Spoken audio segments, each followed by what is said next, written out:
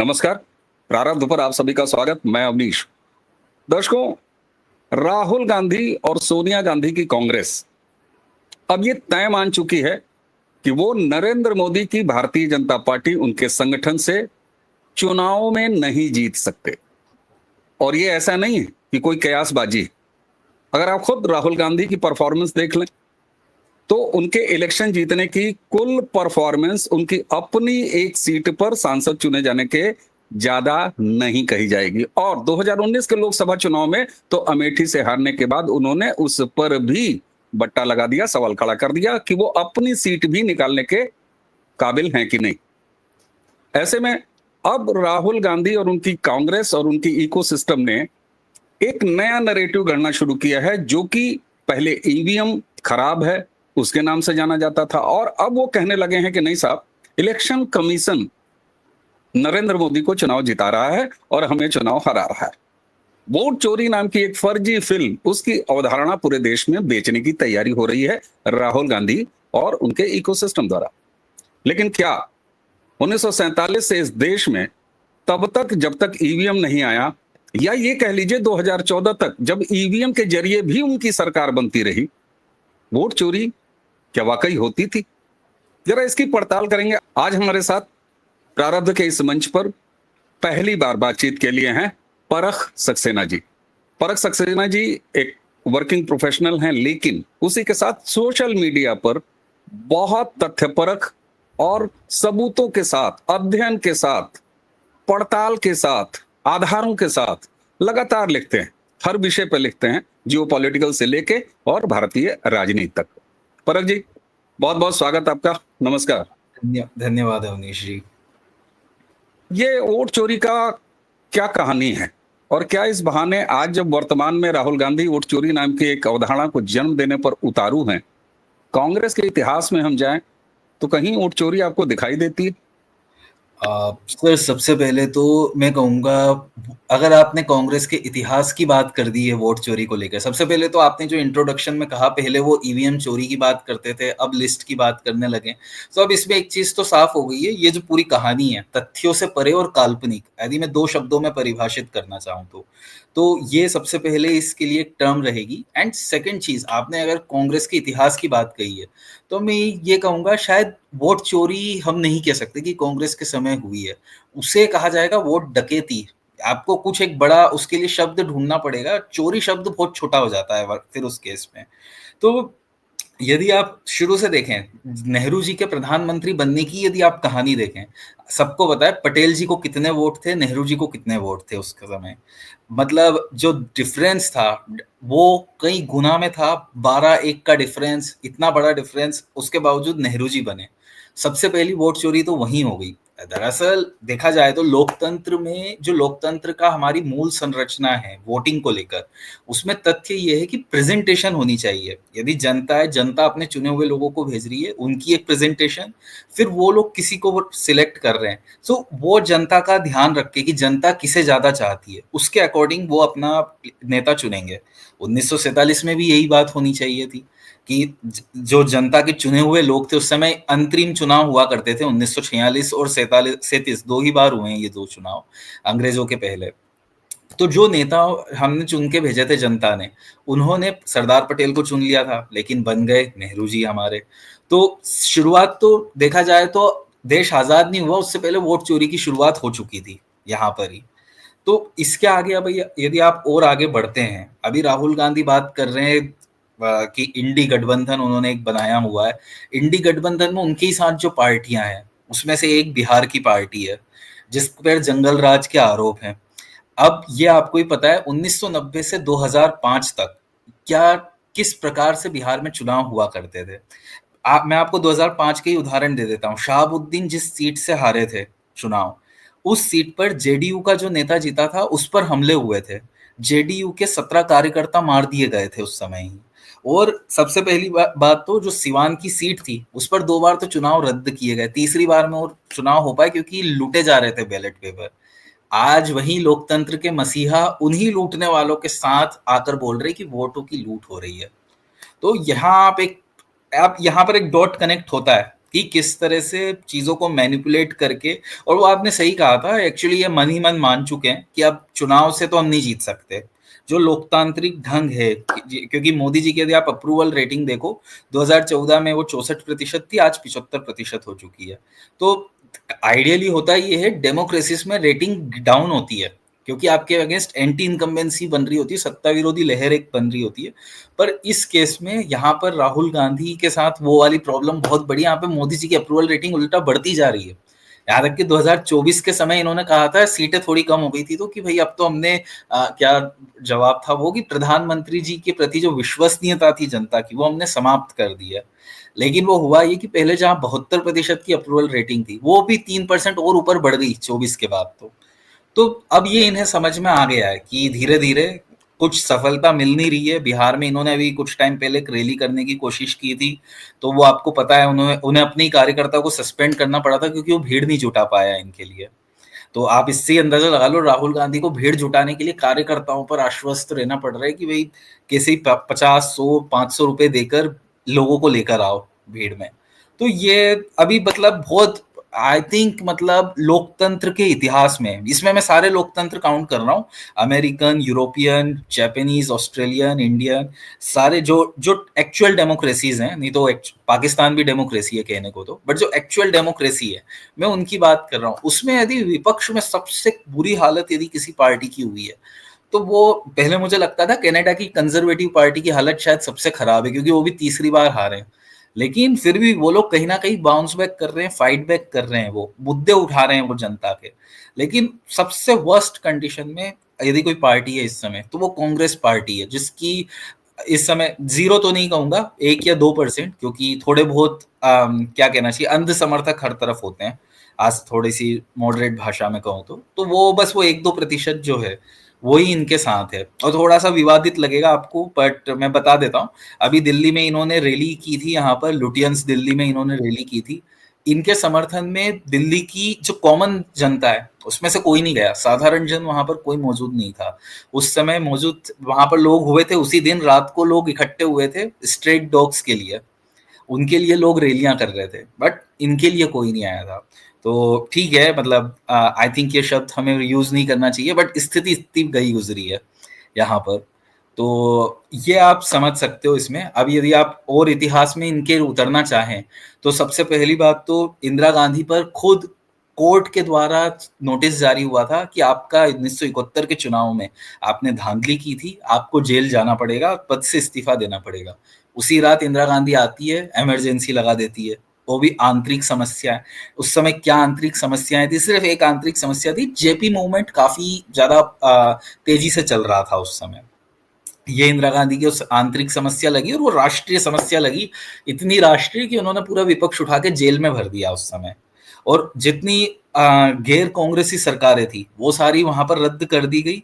जनता की चुनी हुई सरकार है सर, अब आप देखो, इसलिए मैंने कहा था ये वोट चोरी नहीं, वोट डकैती है यहाँ पर, क्योंकि जनता ने चुन लिया है। यहाँ तो चलो कांग्रेस तो अभी ये बोल रही है कि हमें चुना नहीं गया क्योंकि हमारे ये वोट चोरी हुए हैं, वहां तो वोट हो चुके हैं, जनता चुन चुकी है गैर कांग्रेस सरकारों को। केरल में कम्युनिस्ट बैठे हुए हैं, कुछ राज्यों में उस समय जनसंघ की सरकारें, जनसंघ समर्थित सरकारें आ गई थी।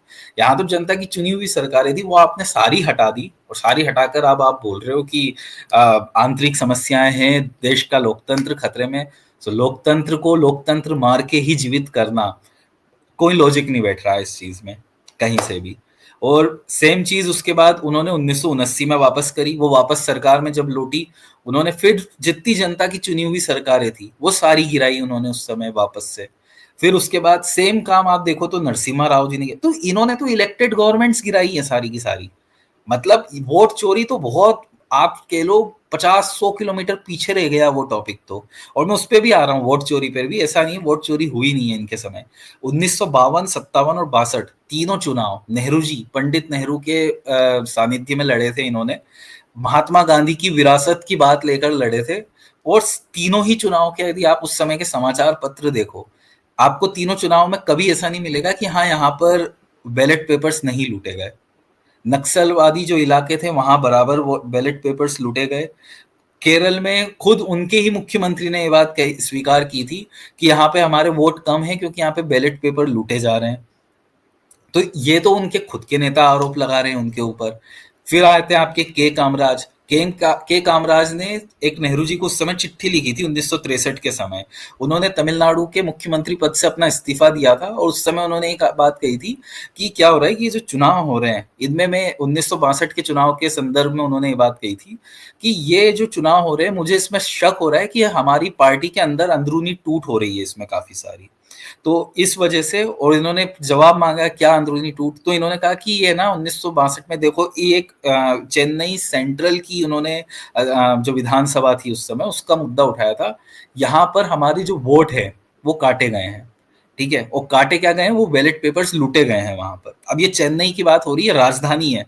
आप कुछ ये नहीं बोल सकते नक्सलवादी इलाका होगा, पिछड़ा एरिया होगा, या सेपरेटिस्ट मूवमेंट चल रहे होंगे वहां पर। तमिलनाडु जैसे एक बड़े राज्य, उस समय भी तमिलनाडु एक बड़ा राज्य था देश का, मद्रास नाम था उस समय उसका, उसकी यह हालत की गई थी उस समय। और ये नेहरू जी के मुख्यमंत्री उन्हें लिख रहे हैं कि मैं इस्तीफा दे रहा हूं क्योंकि अभी हमें संगठन संभालने की आवश्यकता है। अभी सरकार पे के लिए हम किसी और को भेज रहे हैं। वहां नेहरू जी को एक आइडिया भी आ गया कि चलो इंदिरा गांधी के लिए मुझे अपनी कुर्सी खाली करनी है आगे चल के, मैं अमर तो हूं नहीं, तो एक काम करता हूं कि क्यों ना इस तरह से, ये इसे कामराज प्लान कहा जाता है, आपको विकिपीडिया पे इसका एक सेपरेट पेज मिल जाएगा। तो वहीं से ये कामराज प्लान आया पिक्चर में कि जो जो मुख्यमंत्री 10 साल हो चुके हैं या जो लोग संवैधानिक पद पर 10 साल अपनी सेवा दे चुके हैं उन सबको रिटायर किया जाएगा। वो बात अलग है, नेहरू जी को खुद 16 साल हो चुके थे पर ये एप्लीकेबल उन पर नहीं था। बाकी सारे ठिकाने लगा दिए गए जितने भी इंदिरा गांधी के सहयोगी थे, और उसके बाद उनसे कहा गया आप इंदिरा गांधी को समर्थन कीजिए। अगेन सर, अगेन जनता के चुने हुए प्रतिनिधि थे वो, जो सीधे हटा दिए गए इसी नाम से। बाकी नेहरू जी खुद नहीं हटे, वो बात एक अलग है। हालांकि यदि वो कहें कि मैं तो 1952 से लोकतांत्रिक ढंग से बना हूं, तब भी उनके 10 साल पूरे हो गए थे 1963 तक। मगर वो चीजें बाकियों पर एप्लीकेबल हुई। ये मैं इसलिए भी बोल रहा हूँ क्योंकि अभी शायद एक आध महीने के बाद आप सुनोगे कि मोदी जी 75 साल के हो रहे हैं, वो रिटायर क्यों नहीं हो रहे हैं। तो यहाँ पे अगेन आपको वो डबल स्टैंडर्ड देखने को मिलने वाला है एक महीने के बाद। तो मैं आपको अभी से ही थोड़ा एडवांस में मैं उसके बारे में बता देता हूँ आपको। तो ये इनकी वोट चोरी का इतिहास है, और ये तो मैंने अभी तक सिर्फ 1975 तक कवर किया है। इसके आगे यदि आप और अलग तरीके से देखना चाहोगे तो आपको 1991 का चुनाव बता देता हूँ। मई बिल्कुल 1991 में राजीव गांधी की हत्या कर दी गई लिट्टे के आतंकवादियों द्वारा। राजीव गांधी उस समय प्रधानमंत्री नहीं थे, ना किसी ऐसी कोई संवैधानिक पद पर थे वो उस समय। तो होना ये बिल्कुल चाहिए था, वो अमेठी से चुनाव लड़ रहे थे, आप अमेठी का चुनाव रद्द करा देते, उसको आगे पोस्टपोन कर देते, पर नहीं हुआ। वो 2 महीने आगे चले गए चुनाव, और आगे जाने के बाद में ध्यान रखना है जो इलेक्शन कमिश्नर था इसने बाद में कांग्रेस भी ज्वाइन कर ली थी, कितनी विश्वसनीयता थी उस समय। इन्होंने 2 महीने आगे करे चुनाव, राजीव गांधी की अस्थियों को पूरे भारत भर में घुमाया गया, सिंपैथी बटोरी गई। उसके बाद चुनाव हुए और कांग्रेस ने 244 सीटें जीती। यदि आप पिछले 30-40 सालों में कांग्रेस का इतिहास देखो तो ये हाईएस्ट सीटें थी उस समय जो उनको मिली थी। 200 उतनी आज तक कभी कांग्रेस को दोबारा मिली नहीं है। सेम चीज 1999 में की गई। अप्रैल 1999 में वाजपेयी जी की सरकार एक वोट से गिर गई थी। आइडियली चुनाव आपके मई में हो जाने चाहिए थे, पर वो चुनाव ले जाके सितंबर में करवाया गया, कहीं ऐसा ना हो सहानुभूति की लहर बन जाए।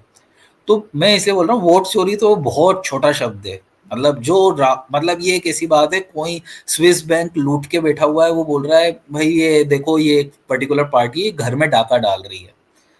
तो ये तो मतलब इस लेवल की बात है यहाँ पर। ये वोट चोरी का इनका इतिहास ही नहीं है, सीधे वोट की डकैती की है इन्होंने। बिल्कुल। और परख जी, आपको बहुत बहुत धन्यवाद। आपने कांग्रेस और कांग्रेसी इकोसिस्टम की फर्जी फिल्म वोट चोरी को, और मैंने जो वोट चोरी दोहराया, मुझे भी आपने करेक्ट किया और आपने कहा नहीं साहब ये तो खुलेआम डकैती है और वोटों की डकैती है। आपने कामराज प्लान की बात की, पंडित नेहरू की बात की। इस देश में वामपंथियों की पहली सरकार, और उसी के साथ मैं आपको बता दूं दर्शकों, पूरे विश्व में लेफ्ट की पहली इलेक्टेड सरकार अगर कहीं हुई तो 50 के दशक में वीएस नंबूदिरीपाद मिनिस्टर हुए, केरला में सरकार बनी थी। पूरे विश्व में पहला ऐसा उदाहरण जब जनता के वोटों से चुन के कोई सरकार बनी। और पंडित नेहरू ने क्या किया? वीएस नंबूदिरीपाद की सरकार को बर्खास्त कर दिया। तो यहां पर लोकतंत्र की चोरी कैसे की जाती है, ये भी केवल परख जी मैं उसमें जोड़ देता हूं। आपने कामराज प्लान की बात किया। इंदिरा गांधी को आगे पुश करने के लिए किस तरीके से ठिकाने लगाया, और इसकी परिणत रही कि कामराज और निजलिंगप्पा ने विद्रोह किया और कांग्रेस पार्टी से अलग होके दूसरी कांग्रेस बनाई, और तब इंदिरा गांधी को कांग्रेस आई बनानी पड़ी। और कांग्रेस इंदिरा, जो कि कांग्रेस इंदिरा सिर्फ राजीव के समय थी, सोनिया के आने के बाद वो स्पष्ट रूप से कांग्रेस सोनिया बन चुकी है, फर्जी तरीके से, हालांकि उसका नाम भारतीय राष्ट्रीय कांग्रेस कर दिया गया। तो ये वोट डकैती बहुत अच्छी शब्द, वोट लूट बहुत अच्छा शब्द। अब मैं आपसे परख जी, मैंने जो एक बात कही कि क्या राहुल गांधी को अब ये पूरी तरीके भरोसा हो चुका है कि हम चुनाव में नहीं हरा सकते, ऐसे में अराजकता पैदा करना संवैधानिक संस्थाओं, इलेक्शन कमीशन जैसी संस्थाओं को, और उन्होंने, आपने तो अभी केवल टीएन सेशन का जिक्र किया 91 के बाद, वही टीएन सेशन जिनको की आइडियल बना दिया गया कि आहा चुनावों का बड़ा सुधार किया, ठीक है कुछ काम उन्होंने किया, लेकिन भैया कांग्रेस के टिकट पर आडवाणी जी के खिलाफ इलेक्शन भी तो लड़ गए, ये भी है। इसके पहले कांग्रेस का इतिहास, इलेक्शन कमीशन से एक और गिल साहब, उनको मिनिस्टर तक बना लिया अपनी कैबिनेट में। तो ये इतिहास रहा है जो आज इलेक्शन कमीशन पर सवाल उठा रहा है। परख जी, क्या राहुल गांधी को अब ये यकीन तो हो ही चला है कि वो जीत नहीं सकते, ऐसे में वो कभी बांग्लादेश दोहराने की बात करते हैं, कभी अराजकता की बात करते हैं, कभी जनता को सड़कों पर उतर जाने के लिए भड़काने की बात करते हैं। भारत में आपको ऐसी कोई संभावना दिखाई देती है? अगर आपको थोड़ी भी संभावना दिखाई भी दे तो वो किस भीड़ की बदौलत, वो कौन सी संभावित भीड़ है जो सड़कों पे उतर सकती है और जिसको टारगेट करने का प्रयास कर रहे हैं राहुल गांधी? याद करिए, जनरल रावत साहब ने कहा था 2.5 मोर्चा, आधा मोर्चा। हमारे बहुत सारे दर्शक कहेंगे साहब आधा नहीं, अब वो 1, 1.5, पौने 2 मोर्चा हो चुका है। किसकी संभावनाओं को कुरेद रहे हैं राहुल? सर, यदि इस मामले में देखा जाए, यदि राहुल गांधी सच में गृह युद्ध का विचार कर रहे हैं, तो मैं ये कहूंगा करीब करीब वो 10 साल लेट हैं इस काम में। राजदीप सरदेसाई, इनके बारे में, राजदीप सरदेसाई सबको पता है, थोड़ा एंटी मोदी उनकी विचारधारा होती है, लेकिन राहुल गांधी के बारे में वो एक बात बिल्कुल सही बोलते हैं, Rahul Gandhi never miss an opportunity to miss an opportunity. तो ये इन्होंने, यदि इन्हें अपॉर्चुनिटी लग भी रही थी गृह युद्ध की, ये 10 साल पहले सोचना चाहिए था। उस समय जो आपने बताया कौन से एलिमेंट्स हैं जो इसके पीछे रहेंगे, मैं, एक एलिमेंट है जिहादी तत्व, जो उस समय पीक पर थे लेकिन अब उन्हें काफी नीचे ला दिया गया। सेकेंड आपके थे फेमिनिस्ट ऑर्गेनाइजेशंस हुआ करते थे, मुझे याद है अच्छे से 2015-16 के टाइम पे कुछ बड़ी बिंदी वाली आंटियों की एक गैंग हुआ करती थी। ये जगह जगह जहां जहां हिंदू मंदिरों में थोड़े अलग तरह के अनुष्ठान है, कुछ अलग परंपराएं, ये उन पे जाकर सवालिया निशान लगाती थी। सॉरी। सो ये सारी चीजें आप अब कहाँ देखने को मिल रही है आपको? आप नेक्सलिज्म की बात थी, नक्सलवाद की बात थी, अमित शाह बोल चुके हैं 2026 में पूरा खत्म हो चुका होगा, तो हम 2025 अभी अगस्त में बैठे हैं, आधा अगस्त हो चुका है, हम ये मान सकते हैं कि 90% मतलब खत्म हो चुका होगा अब तक नक्सलवाद। तो जो इनको दूसरा सपोर्ट मिलना था वो खत्म हो गया। एक सपोर्ट इन्हें आतंकवाद से मिल सकता था, जो बाहर सेपरेटिस्ट मूवमेंट्स हो रहे हैं वहां पर, कश्मीर में स्पेशली। यदि कश्मीर में आप देखा जाए तो वो एक सोच सकते हैं कि हाँ, कश्मीर में जो एलिमेंट्स हैं अलग करना चाहते हैं, ये तो सड़कों पे उतर ही जाएंगे मेरे लिए। पर अब बात यह है कि कश्मीर में इन्होंने योजनाएं इतनी ला दी है, केंद्र शासित बना के सबको काम धंधे पे बिठा दिया है वहां पर भी। तो जो आप उम्मीद कर रहे थे, ऐसा नहीं शस्त्र उठा लेंगे कश्मीर में कुछ जो आतंकवादी हैं वो तो, पर सारे नहीं उठा पाएंगे उसमें से। अब ये समझ लो खत्म हो गई काफी सारी चीजें, या तो मार दिए गए या काम धंधे पे लगा दिए गए, वो भी तो 8-10% उठाएंगे और वो अगेन ऑन द स्पॉट मारे जाएंगे वो सीआरपीएफ के द्वारा। तो यहाँ से आपका एक पोर्शन खत्म हो गया। बाकी कोशिश है, ये मैं सही कहूंगा, कोशिश वो बराबर कर रहे हैं कि किस तरह से क्या कर सकते हैं, बट प्रॉब्लम है अप्रूवल रेटिंग, कि लोग कितना ट्रस्ट कर रहे हैं। मैं अभी वही जो मैंने आपको पहले उदाहरण दिया था, सेम डे स्ट्रेट डॉग्स के लिए प्रोटेस्ट होते हैं, सेम डे कांग्रेस प्रोटेस्ट करती है, जनता इकट्ठी होती है कुत्तों के लिए। तो आपकी अप्रूवल रेटिंग मतलब किस प्रकार के जीवों से भी गई गुजरी है, मैं से और थोड़ा सा अच्छी भाषा में यदि कहूँ तो इस स्थिति में आप, ठीक है वो गृह युद्ध तो देखिए इसलिए भी सोच रहे हैं क्योंकि क्या करें फिर। यदि राहुल गांधी के साथ सबसे बड़ी जो समस्या है वो ये, अंग्रेजी में सोचते हैं, फिर उसे ट्रांसलेट करते हैं, फिर हिंदी में बोलते हैं, तब तक जनता समझती है, अर्थ का अनर्थ हो चुका होता है। एंड नो डाउट अब थोड़ा क्या बोलते हैं, बीजेपी का एक आईटी सेल जो है वो कांग्रेस के आईटी सेल की तुलना में मतलब बहुत एडवांस हो चुका है वो। तो इतना आसान नहीं है इनके लिए प्रोपोगेंडा चलाना करना। और फिर अगेन ये वाजपेयी युग में नहीं है बीजेपी भी अब सीख गई है। वो जो पहले बात थी कि छल कपट नहीं करती है, काफी सीधी सादी पार्टी, अब वो काफी कुछ सीख चुकी है, जवाब देना सीख चुकी है बीजेपी। मैं ये नहीं कहूंगा छल कपट कर रही है, छल कपट का जवाब कैसे देना है ये चीज वो लोग सीख चुके हैं बहुत अच्छे से। और नो डाउट पिछले 10-11 साल में उन्होंने हर मोर्चे पर इनको मात दी है उस तरीके से। तो ये कोशिश तो कर रहे हैं, लोगों को लाने की कोशिश कर रहे हैं साथ में, और इनके साथ अल्टीमेटली देखिए आएंगे वही अर्बन नक्सल्स आ जाएंगे। थोड़ी बहुत आप देखोगे दंगे कराने की कोशिश होगी, जैसे अभी नागपुर में हुई थी कुछ टाइम पहले। बट अगेन बात वो है कि लोगों का भरोसा काफी ज्यादा है इंडियन डेमोक्रेसी में। यदि मतलब आप नॉर्मली आज के आसपास 8-10 लोग जो नॉन पॉलिटिकल हैं, जो ज्यादा बात नहीं करते हैं राजनीति से संदर्भ में, आप उनसे जाके बात करोगे कि यार आप नरेंद्र मोदी से, कोई ये नहीं बोला मैं नरेंद्र मोदी से बहुत ज्यादा त्रस्त हूँ और यार अब राहुल गांधी तो चाहिए, तो देश की आवश्यकता है, ऐसा कोई नहीं मिलेगा आपको, not a single one. Non political I am talking about. So वो ठीक है, एक प्रयास कर रहे हैं वो भी, क्योंकि ये बात सही है भाई, आप चुनाव से जीत नहीं सकते और इंडिया में दूसरा कोई ऑप्शन अवेलेबल नहीं है सत्ता में आने के लिए। एक ही 2-3 ऑप्शन और थे कि आप ठीक है ये ब्यूरोक्रेसी है जिसको वो कहते थे, इकोसिस्टम तो हमारा ही है, सरकार उनकी क्या हुआ, पर वो अगेन वही है कि सेंधमारी हो चुकी है अब उसमें भी। अब वहां पर भी दाल गल नहीं रही है, आप देख रहे हो सुप्रीम कोर्ट फटकार रहा है कांग्रेस को बिल्कुल हर चीज पे। आई थिंक राहुल गांधी ने जितनी माफी मांगी है, नॉट जस्ट लोकतंत्र के इतिहास में, भारत के पूरे इतिहास में, आप 5,000 साल 10,000 साल जितना भी एनक्रिप्टेड इतिहास है भारत का, पूरा उठा के देख लो, जितनी माफी किसी नेता ने मांगी है वो राहुल गांधी ने मांगी है। हर चीज पे इन्होंने खुद को बैक स्टेप लिया है। और यही रीजन है कि अभी भी जो एफिडेविट पे लिख के नहीं दे रहे हैं, वो वोट चोरी हुई है भाई, बिल्कुल सही बात है, जांच होनी चाहिए। प्रोसीजर तो अब अगला यही होता है कि आप कोर्ट में पीआईएल फाइल करो। आप तो सीधे बोल रहे हो जनता को कि यार सब मेरी बात मानो, मैं बिल्कुल सही बोल रहा हूँ, मैं लिख के नहीं दूंगा पर कुछ भी, बस मैं ओरली बोल रहा हूँ, तो आप इसको सही मानो और सब लोग सड़कों पे उतर जाओ। और सड़कों पे आके क्या करना है, घेराव करना है, सैनिकों का घेराव करना है, पुलिस स्टेशनों को घेरना है, नेताओं के, जो बीजेपी नेताओं के स्पेशली, उनके घर घेरने हैं, और वो घर घेर के गृह युद्ध करना है, कैसे मुझे कुर्सी पे बिठा दो, प्रधानमंत्री बना दो मुझे। अब 1 दिन के लिए बनाओ या 10 साल के लिए बनाओ, बस मुझे बना दो कैसे भी।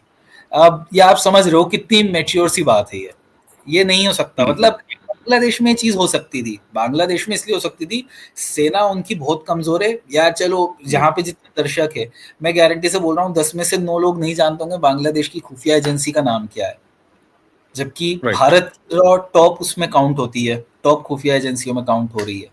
तो काफी सारी चीजें हैं, बांग्लादेश नहीं हो सकता भारत। भारत का लोकतंत्र यदि देखा जाए तो अमेरिका के बाद दूसरा सबसे शक्तिशाली लोकतांत्रिक देश यदि कोई है तो वो भारत है। तो भारत में आप ये चीज नहीं कर सकते। हाँ, फॉरेन इन्वेजन आप करवा सकते थे, जैसे इराक में की थी इन्होंने, लीबिया में हुई थी एक टाइम पर, ठीक है उन्होंने तानाशाह को हटा दिया था, और ये मोदी को पोर्ट्रेट वैसे ही कर रहे हैं कि ये मोदी जी तानाशाह हैं। बट वो अब इसलिए नहीं हो सकता कि भारत परमाणु शक्ति है, तो परमाणु संपन्न देशों पर कभी डायरेक्ट अटैक नहीं हो सकते। ये पहली बार हुआ है जो भारत ने अभी पाकिस्तान के अगेंस्ट किया था, कि ऑपरेशन सिंदूर कर दिया था, सीधे उन पे मिसाइलें मार दी थी, आप डर ही नहीं रहे हो। शंकर वो किराना हिल्स जो उनकी थी वहां तक आप बमबारी कराए। तो ये चीज मतलब भारत ने, मैं कहूंगा बहुत बड़ी डेयरिंग दिखाई थी ये वाली, क्योंकि जनरली न्यूक्लियर बिल्कुल पावर कंट्रीज हैं, उन पर आप नहीं कर सकते, इन्वेजन नहीं कर सकते उन पर, आप इतना आसान नहीं है।